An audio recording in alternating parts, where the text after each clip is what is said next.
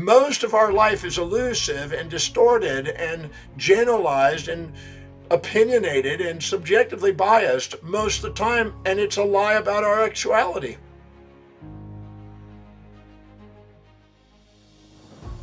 Have you ever had the illusion that you're an honest person? Ooh, that's going to cause some stir up something here. You know, it was stated in the time of Plato that all men are liars, all humans are liars. Let me elaborate on that for a moment and talk about lying, the topic of lying. You know, if we, I have in my breakthrough experience program that I teach pretty well weekly, people coming in and they come in, they're really resentful to somebody and they really are angry at somebody or really infatuated with somebody and admiring somebody. And then I go through a series of steps of asking questions to make them aware and conscious of things they were unconscious of in their interpretation and perceptions of that individual. And I bring their perceptions back into balance by asking them questions. For instance, what specific trait, action, or inaction do you perceive this individual displaying or demonstrating that you resent most or admire most? And we identify what it is they're judging. And then I ask them to be accountable, because it's not wise to judge other people without looking at yourself. Because sometimes we judge other people, it's reminding us of stuff we're judging in ourselves. It was Romans 2:1 in the New Testament that said, beware, because whoever you judge, you do the same thing. I found that to be true. So what happens is people come in there and they judge somebody and they resent somebody for some action. And then I said, now go to a moment where and when you perceive yourself displaying or demonstrating that same specific trait, action, or inaction that you're judging in them, that you despise and resent in them. And they go, I swear I don't do that. I don't do that. I would never do that. I pride myself on never doing that.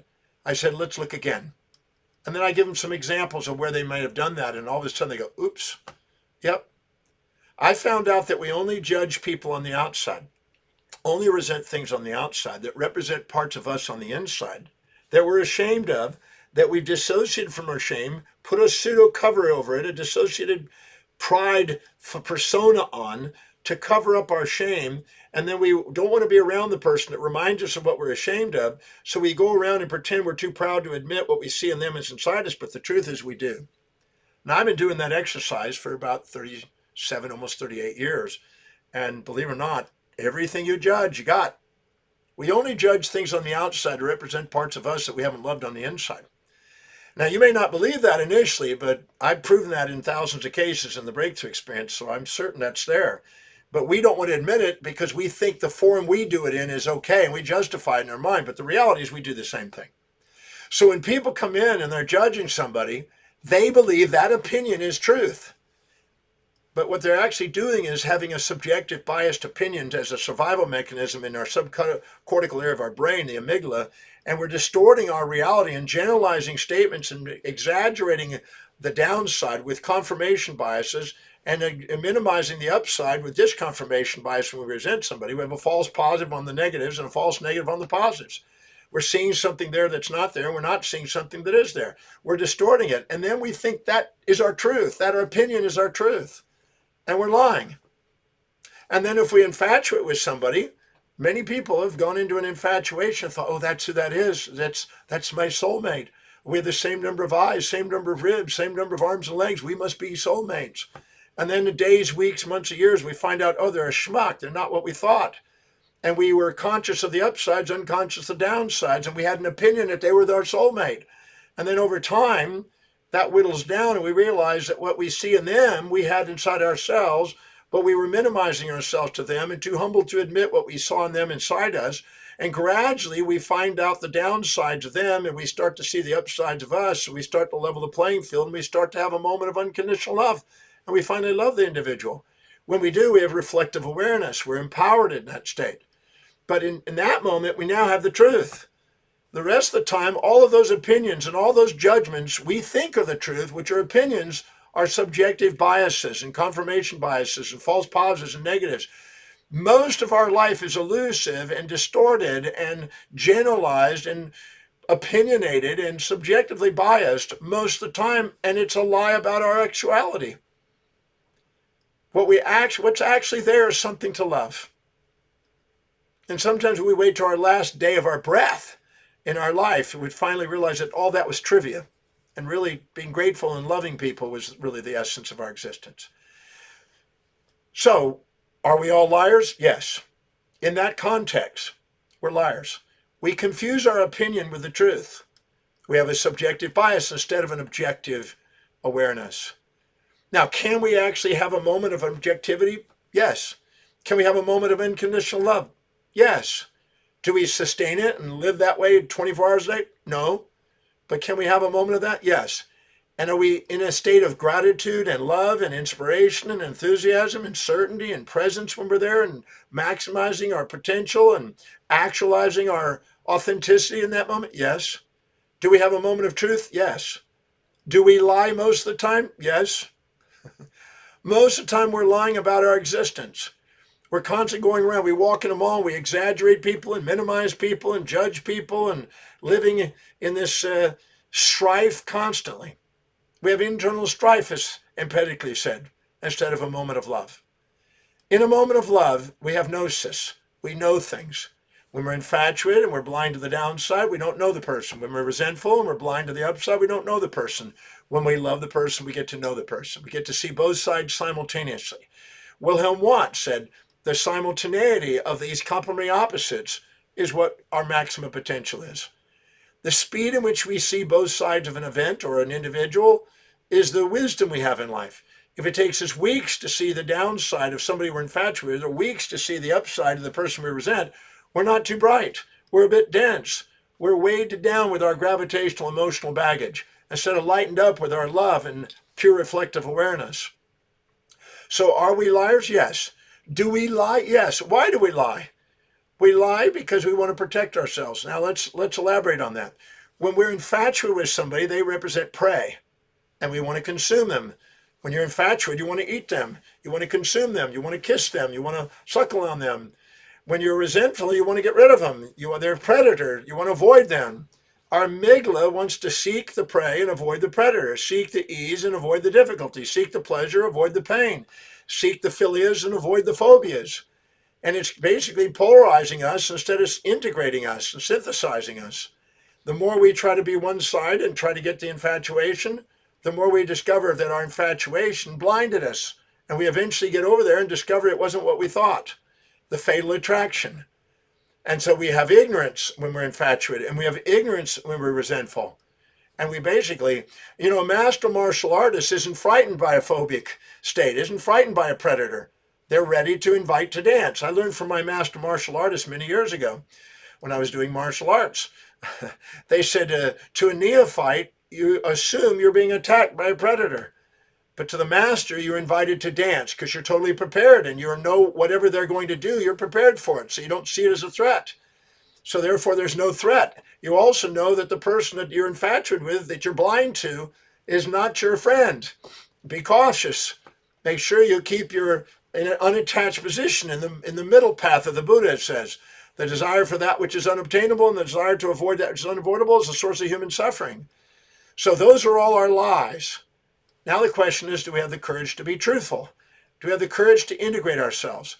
When we live by priority and we're more objective and we see both sides simultaneously and we mitigate our risks and we calm down our infatuations and our resentments and have self-governance, we have a higher probability of authenticity, a higher probability of walking a path of truthfulness, and a higher probability of self-worth, because our self-worth is a reflection of that. But most of the time, we're not doing that. We're living in lower priority things. We're subordinating to outer authorities, trying to live in other people's lives, trying to be second at being ourselves and others instead of being first at being ourselves. And we end up not empowering our life. And then we're sitting there with our opinions, and we think those are truths, but they're really just opinions. You see this in politics. You see this in religion. You see this in hypocrisies and bigotries and racial discriminations and biases. These are basically rampant lies about people. When you go to, I'm amazed. I've been to many countries, 194 countries in my life. And when I go there, I find out that every human being that I meet basically wants to survive and provide for their family and do things, are loving individuals, etc. But if you go on the media, you find out, well, no, all those people over there are bad. No. I've been to Iran, and I hear in the media, well, Iran is this, but I go there, I meet people that are lovely people there. and India and Saudi Arabia and Japan and New Zealand. Everywhere I meet is lovely people. If I am basically realizing that they're reflections of me and I get to love them and love me, I get to have a great, magnificent, thankful experience in life. And I get to see the truth about life.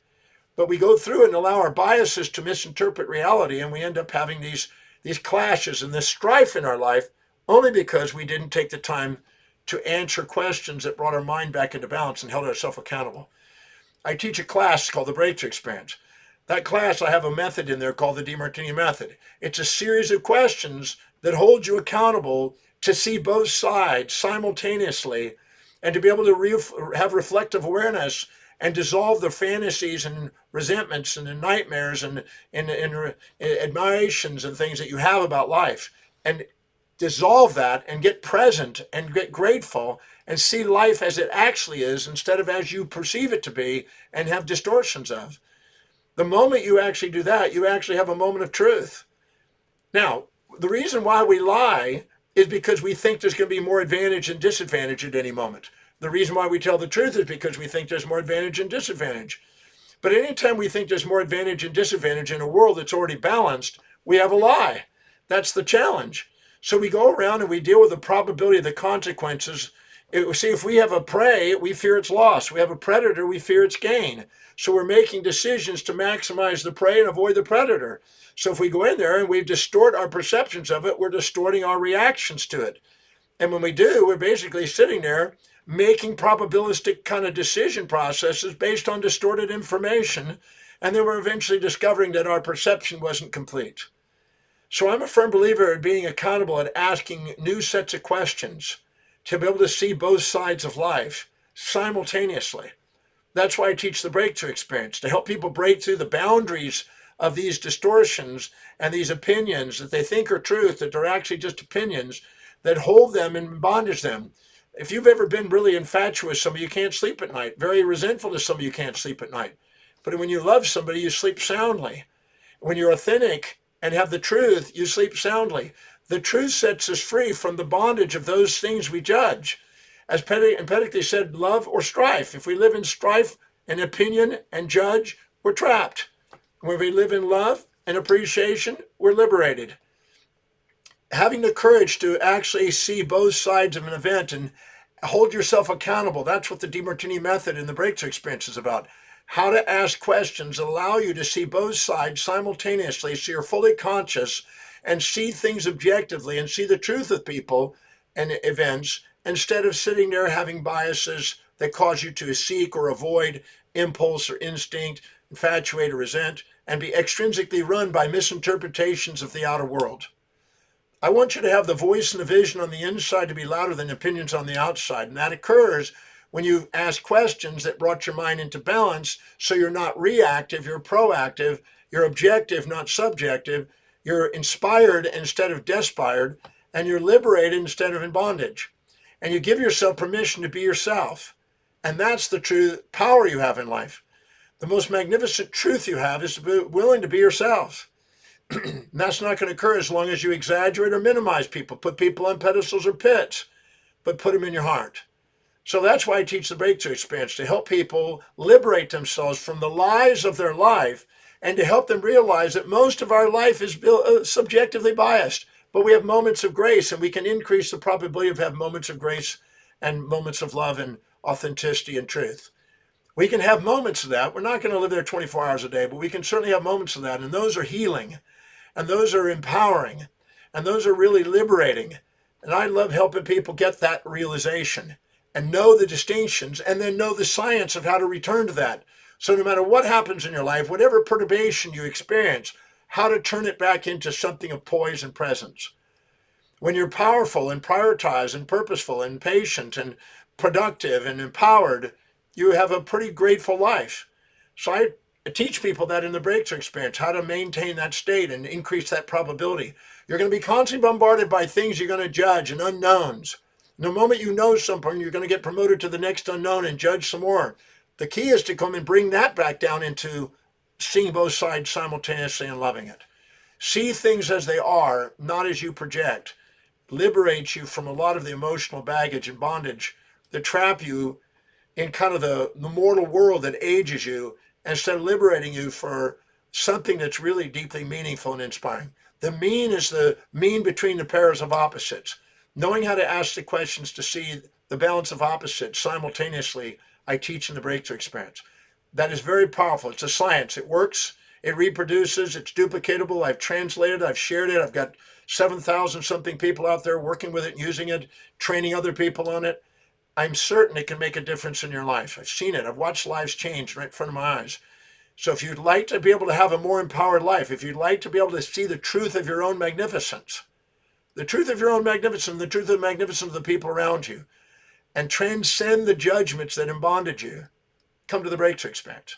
And let me show you the Demartini method and how to transcend that with the questions. The quality of your life is based on the quality of the questions you ask. The questions you have in life make you conscious of things you were unconscious of that keep you in bondage, keep you emotionally distracted, keep you in the impulsive and the instinctual animal affective nature instead of the angelic awareness nature, the full conscious state that you have available to you. So if you'd like to be able to go and have a moment of grace, a moment of truth, great. But just know that every decision you make, don't ever expect somebody to be always truthful. Expect people to do whatever they think that's going to give them the greatest advantage at any moment in time. That's what you can expect. They don't betray you. You do, and you expect them to live in your values. They live in their own values, not yours. You live in your values, not theirs. If you expect you to live in their values, you have a distortion. If you expect them to live in your values, you have a distortion.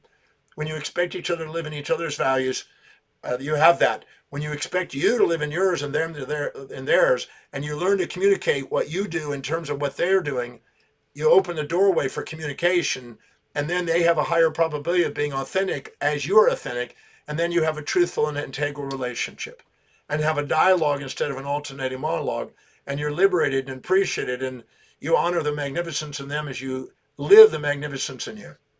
That's what I want to teach you in the breakthrough experience. And so if you got something out of this little presentation, you're going to get a lot more in a 25-hour experience with me in the breakthrough experience. So thank you for joining me today. Look forward to see you there.